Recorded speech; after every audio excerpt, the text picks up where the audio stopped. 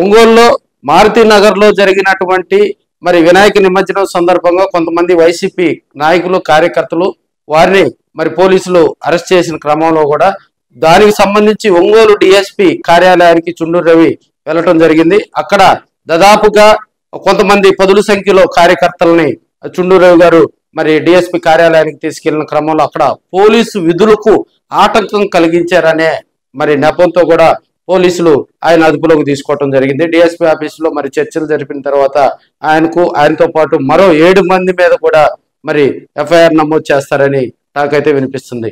ఎందుకంటే 30 యాక్ట్ ఒంగోలు నగరంలో అమల్లో ఉంది. గుమ్ముగూడినటువంటి ప్రజల సమూహాన్ని మరి ప్రోత్సహించకూడదు. సో పోలీసు విధులకు ఆటంకం కలిగించారనే నెపంతో మరి పోలీసుల వర్షన్ అయితే వారు చెప్తా ఉన్నారు. వారిని పోలీసులు అదుపులోకి తీసుకొని మరి 2 టౌన్ లో కూడా కాసేపు ఉంచి అక్కడ ఆయనకు 40 CRPS నోటీసులు అందించిన అనంతరం ఆయన విడుదల చేయడం జరిగింది. ఇది ఈ ఒంగోలు నగరంలో ఒక హల్చల్ గా కూడా చెప్పుకోవచ్చు.